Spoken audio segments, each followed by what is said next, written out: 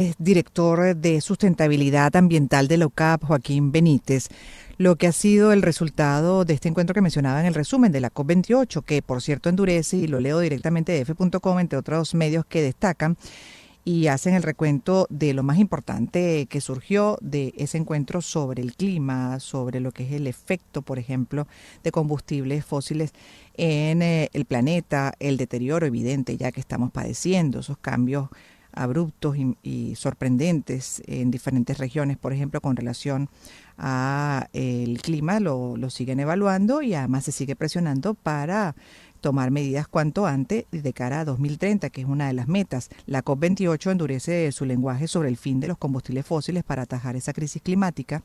Reseña F, según refleja la propuesta del balance global sobre la que los países negociarán en los próximos días, en los que deberán precisar la manera de elevar la ambición contra el calentamiento global. Tras varias jornadas de negociación en la cumbre del clima en Dubái, la presidencia de la COP28 publicó en la madrugada de este martes una versión preliminar del balance global en la que ofrece a los países diferentes opciones con las que reforzar la acción climática. Lo más esperado del balance y la petición del bloque de la Unión Europea a los pequeños estados insulares era precisamente el fin de los combustibles fósiles, que aparece junto a otras opciones como triplicar la capacidad renovable de aquí a 2030, duplicar la tasa de mejora de eficiencia energética o acabar con los subsidios ineficientes a las energías sucias. Ese borrador del balance global plantea entre las opciones que aún pueden caer del texto, destaca Kiev, eliminar rápidamente en esta década toda generación de energía con carbón que no cuente con técnicas de mitigación, así como un cese inmediato de la autorización de nuevas centrales de carbón. Reconoce en este sentido que el IPCC, el Grupo de Especialistas Climáticos de la ONU, sugiere reducir el uso del carbón sin mitigación en 75% para 2030 respecto a los niveles de 2019, a fin de cumplir con el objetivo del Acuerdo de París, que es limitar el calentamiento para que no supere el 1,5 grados de temperatura desde los niveles preindustriales. Uno de los puntos controvertidos del balance global en la segunda semana de la cumbre, en la que los ministros retoman las negociaciones más políticas, los países deberán acotar las diferentes alternativas que por ahora refleja el texto. Por ejemplo, si debería programarse un abandono de toda producción de combustibles fósiles o solo de aquella que no cuente con tecnologías de mitigación de las emisiones, como los sistemas de captura y almacenamiento de carbono. Cuando uno lee todas estas cosas, además se pregunta, por ejemplo, un país como Venezuela, cómo queda dentro de estas solicitudes para el 2030, que es ya además. ¿Cómo está? Bienvenido. Gracias por estar con nosotros, Joaquín Benítez, director de Sustentabilidad Ambiental de la UCAP. Profesor. Buenas tardes, Gladys. Gusto saludarte nuevamente. Al final de tu introducción, yo creo que está el punto de discutir, ¿no? Y es lo que se está planteando también en esta cumbre, porque, digamos, después de París en el 2015, donde se fijaron las ambiciones para el 2050, de tratar de limitar el aumento de la temperatura a 1,5 grados centígrados, y parecía haber un consenso y una mayoría de intenciones en ese sentido. Durante estos últimos años se ha visto que la transición energética pues implica unos retos enormes unos retos enormes sobre todo para los países como el nuestro y otros pequeños países que tienen la opción de explotar carbón, la opción de explotar petróleo y gas como palancas para generar recursos financieros rápidamente, ¿no? Entonces,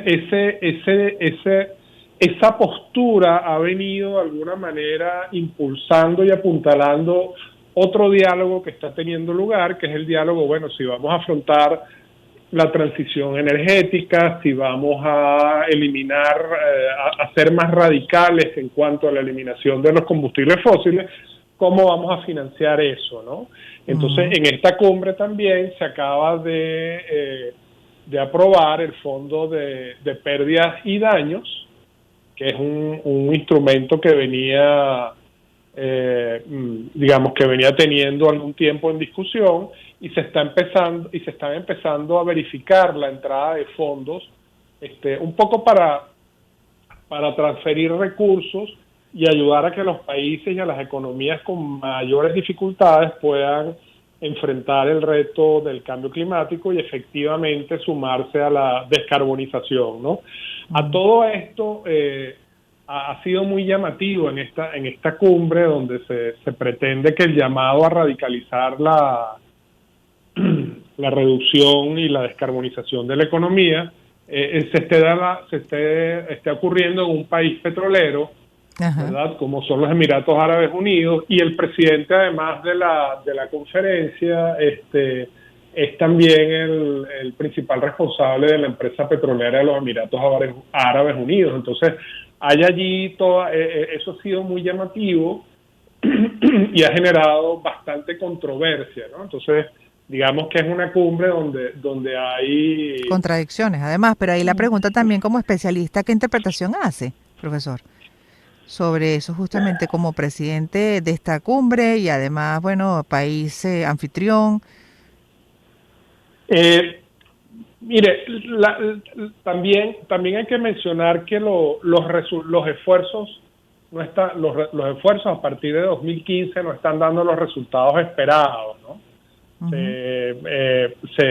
Se pretendía una disminución importante, porcentual importante de las emisiones provenientes de petróleo, carbón y gas, y más bien parece que van a aumentar. Entonces, las dificultades de lograr esa transición han dado espacio a posturas como esta, ¿no? A hechos como que esta cumbre se dé en este país, bajo esa presidencia, porque repito, las naciones que tienen los recursos, los hidrocarburos y otros recursos mineros basados en carbón, están ganando espacio en la discusión porque tienen dificultades reales para poder asumir esto. Todo lo cual lleva a que resolver y enfrentar adecuadamente los retos del cambio climático no son acciones individuales, no son países por su cuenta, sino que tiene que darse una estrecha colaboración entre países, entre bloques, entre sectores industriales para poder avanzar efectivamente. Sí, no es tan fácil, ¿eh? Y además que la meta de 2030 luce cuesta arriba, profesor, porque además para países como usted, que son tan dependientes del petróleo, el caso de Venezuela, no da el tiempo, no hay manera. Entonces hay como que, bueno, con criterio de realidad, el mundo en este tipo de encuentros abordar cuál es el escenario y de qué manera se puede ir más o menos dando pasos hasta lograr que en algún momento, sin duda, podamos tener una fuente distinta de energía y se pueda lograr entonces esa eliminación, por ejemplo, de los combustibles fósiles, pero no da, ¿no? El tiempo, definitivamente.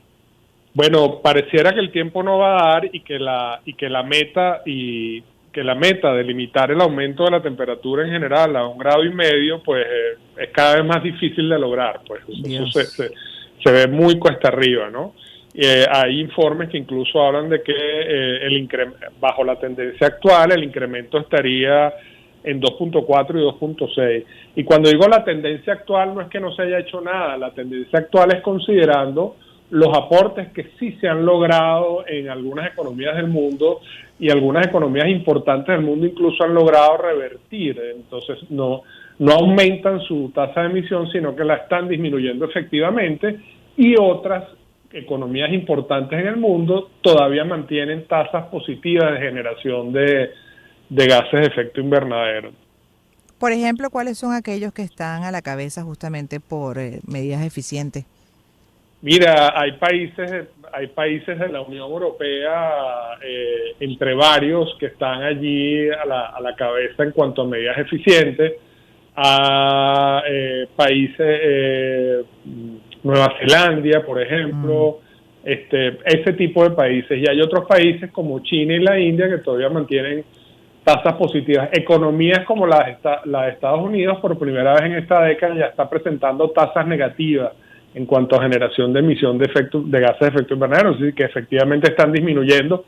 Sin embargo, sus contribuciones siguen siendo altísimas, pero por lo menos están están disminuyendo sus emisiones, ¿no? De hecho, son de los que tienen mayor impacto, ¿no? Justamente Sí, estas grandes sí, potencias, etcétera. Porque ahí le iba a preguntar además el impacto, por ejemplo, de un país como Venezuela, que sabemos dentro de la crisis, pues sí o sí, somos unos grandes dependientes del petróleo y se apuesta, se sigue apostando mucho a esa fuente de recursos, pues dentro de ese marco de crisis para salir adelante y poder activar el resto del aparato productivo. Entonces, sabiendo cuál es nuestra realidad, entender también qué impacto tenemos en el planeta en general, con el tamaño que tenemos, la producción que hasta ahora tenemos, bueno, ojalá que aumente, pero en fin, en esa realidad global, ¿cómo estamos mire, nosotros? no, nosotros, Venezuela tiene unas tasas de generación bajas, la proporción no es muy alta, No es en términos, significativo. no es significativa. Lo que sí Mm. es importante de Venezuela es